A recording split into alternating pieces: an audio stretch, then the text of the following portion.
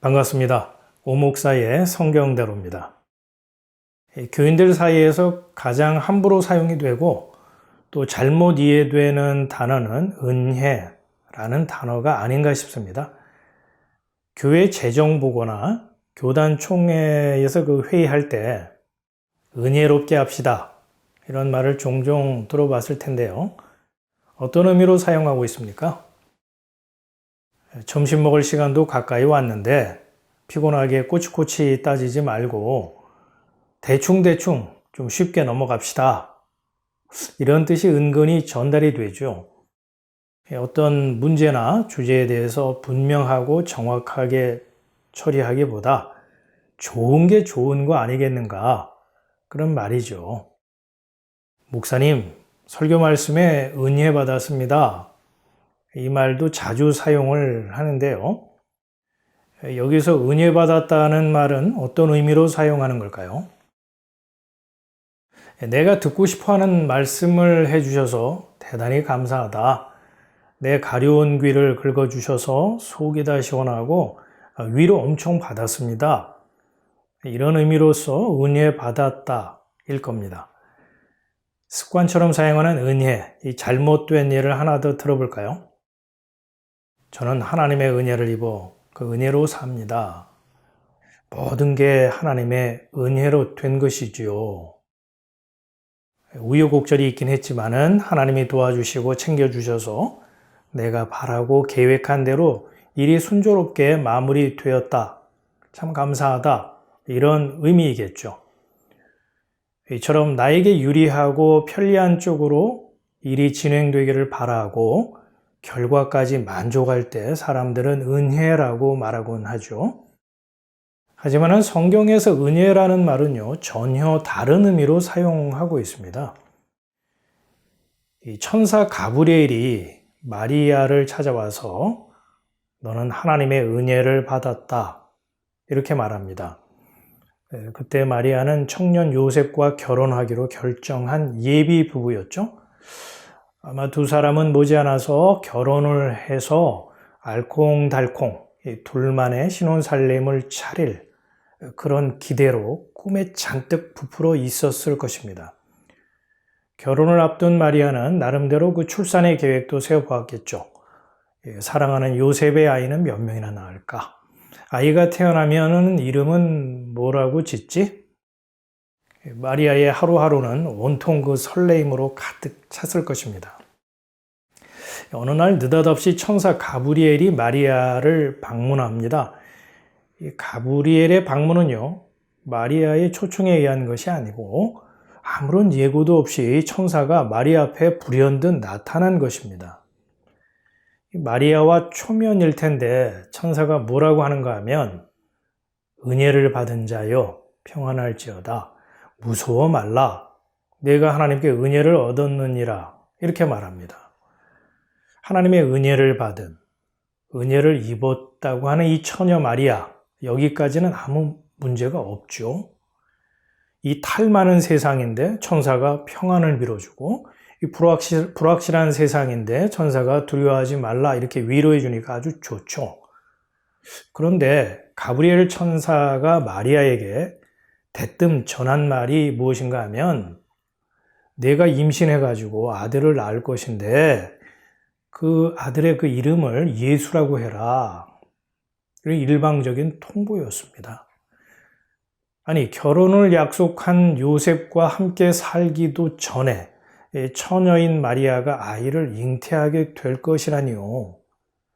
아리따운 처녀 인생 끝장내는 경악할 만한 이 날벼락 같은 소리 아닙니까?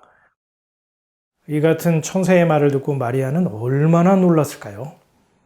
이런 얘기를 듣고 어느 누가 평안할 수 있겠습니까? 마리아는 얼마나 놀라고 당황했는지요? 남자를 알지 못하는 처녀인 제게 어떻게 이러한 일이 있겠습니까? 이렇게 아주 따지듯이 반문을 했죠. 이때 마리아가 어떤 표정을 지었을지 궁금하지 않습니까? 대략 난감, 이보다 더 정확한 표현이 있을까요? 마리아가 살았던 그 당시 유대 사회에서요, 약혼한 여자가 임신할 경우에 파혼이라고 하는 수치를 당하게 되죠. 남편도 아닌 다른 사람과 관계를 맺어서 임신을 했다면요, 파혼은 물론이고요, 유대 율법에 따라서 사람들에게 둘러싸여 공개적으로 돌에 맞아 죽게 될 절체절명의 위태로운 상황에 직면하게 되는 것입니다. 그러니 마리아 입장에서 가브리엘 천사가 전한 말은 황당하다 못해 불쾌한 소리겠죠. 천사는 평안하라, 두려워 말라 했지만 마리아는 의외의 일을 당해서 어리둥절하고 어찌할 바를 몰랐을 겁니다. 아니, 어쩌면 속으로요, 몹시 불안하고 화가 났을지도 모르겠습니다. 어느 누가 내 허락도 없이 내 몸 안에 아이를 베게 해, 게다가 엄마 아빠가 될 사람의 동의도 없이 아이의 이름을 예수로 하라고? 누구 마음대로. 이 여성의 자궁이라고 하는 것은 여자로서 가장 은밀한 장소이고 사적인 공간이죠. 본인의 허락 없이는 그 누구도 감히 개입하거나 침범할 수 없는 성역과도 같은 신성하고 가장 소중한 곳이죠. 비록 남편이라 하더라도요, 본인의 허락 없이 함부로 침해하거나 짓밟을 수 없습니다. 아무리 가까운 사이라 해도 내 소유, 내 권리를 주장할 수 있는 그 나만의 그 사적인 공간을 침해하려고 하면 가만히 있지 않죠. 그 사람 다칩니다. 피를 볼 수도 있죠. 아무리 천사라지만은 이런 기본적인 상식마저 무시하듯이 처녀 마리아에게 뱃속에 아이를 갖게 될 것이다, 이렇게 일방적으로 통보를 하다니요. 세상 천지에 이런 법은 없습니다. 내 몸, 내 자식, 내 인생 분명 내 것이고 그래서 내가 결정권자인데 외부에서 누군가 갑자기 침입을 해서 내 소유와 권리를 박탈해버리고 자기 것인 양 일방적으로 결정하니 펄쩍 뛰고 환장을 노르시죠. 그런데 보십시오. 성경은 내 소유와 권리, 내 기대와 계획 등을 박탈당한 마리아에게 너는 은혜를 받은 자이고 하나님께 은혜를 얻었다, 이렇게 말한다는 겁니다. 이게 정말 은혜인가 싶죠. 노아라는 사람도요, 자기 삶의 주도권을 빼앗긴 채 자신의 소원하는 바와 관계없이 120년 동안 자신의 권리를 행사하지 못하고 방주를 지어야 했습니다.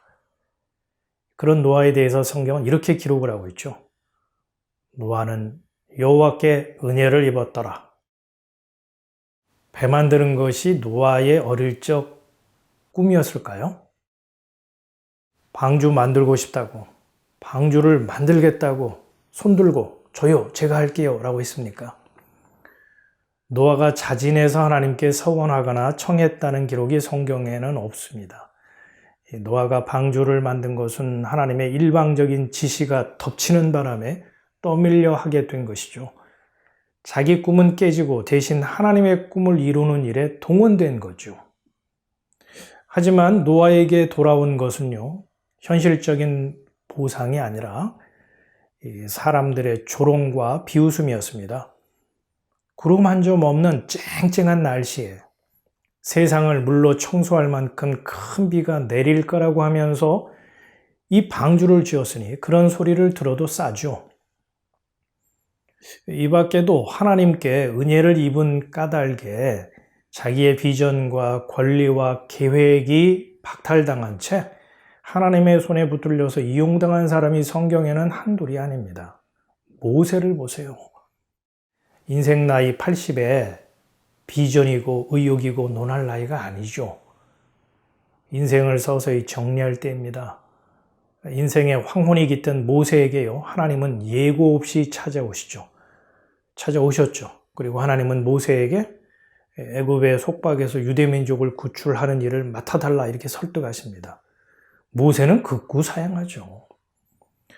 하지만 하나님은 모세의 이런 의견을 존중하고 받아들이기보다 모세의 고집을 기어이 꺾어버리시고요, 유대인 구출 작전의 지도자로 세우십니다.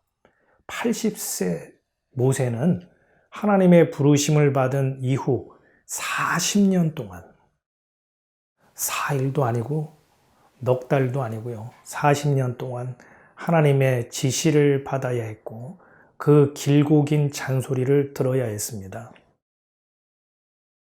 바울도 예수를 만나려고 학수고대했던 사람이 아니죠. 오히려 바울은요, 예수 믿는 사람들을 잡아다가 주리를 틀고 예수교라는 이단을 박멸하려고 했던 사람이었죠.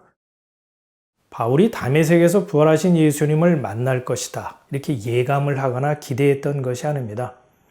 다메섹 사건은 바울에게 정말 황당한 일이었고 느닷없는 사건이었습니다. 부활하신 예수님과의 접촉, 이 같은 극적인 체험을 한 바울의 여생은 어떠했을까요? 행복하고 무탈했을까요? 여러 번 갇혔고 매도 수없이 맞았으며 죽을 고비도 여러 번 겪었습니다. 나는 동족 유대인들에게 39대의 매를 5번이나 맞았습니다. 또 3번이나 몽둥이로 맞았고요. 1번은 돌에 맞았으며 3번이나 파선했고 밤낮 하루를 꼬박 바다에서 헤맨 일도 있었습니다. 나는 여러 번 여행하면서 강의 위험과 강도의 위험과 동족의 위험과 이방인들의 위험과 도시의 위험과 광야의 위험과 바다의 위험과 거짓 신자들의 위험을 당했습니다. 또 수고하고 애쓰며 뜬 눈으로 밤을 새운 적도 여러 번이었고요. 추리고 목마르며 수없이 굶고 추위에 떨며 헐벗기도 했습니다. 목사님, 질문이 있습니다. 먹고 살기에도 바쁘고 힘든 세상에서 하나님께 은혜를 받으면 어떻고 또 은혜를 받지 않으면 어떻습니까? 말씀을 듣고 보니까 하나님께 은혜를 입을까 오히려 걱정이 되고 두렵기까지 합니다. 그럴 바에야 하나님의 은혜 정중히 사양하고 싶습니다.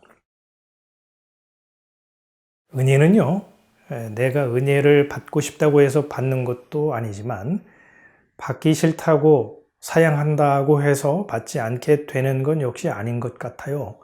하나님께 은혜를 입는 것은요, 하나님의 고유 권한입니다.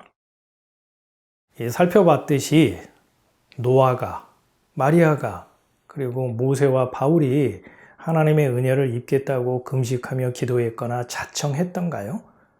아니죠.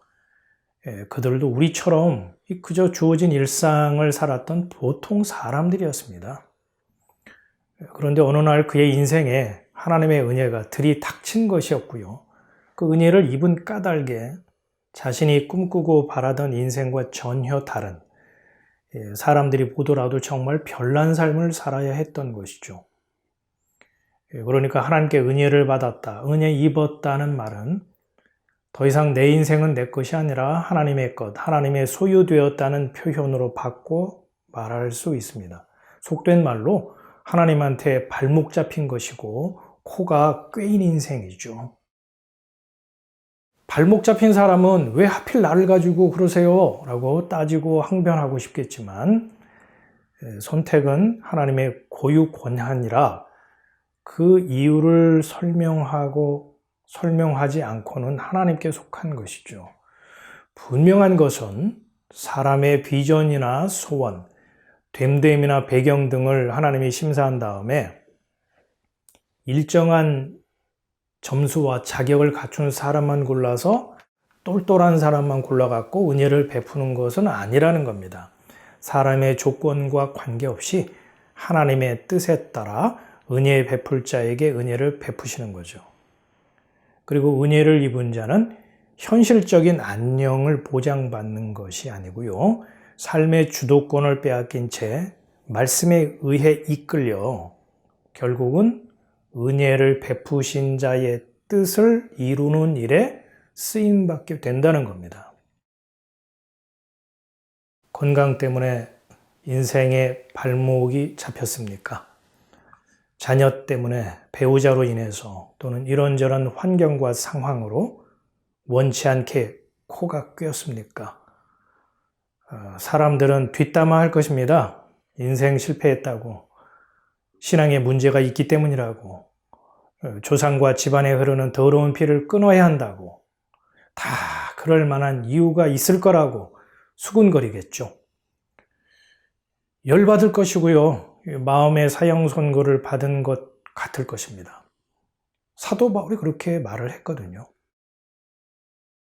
신세타령이나 그 한탄이 아니라 심정이 죽을 것처럼 괴로우니까 털어놓은 그 바울의 고백이었습니다.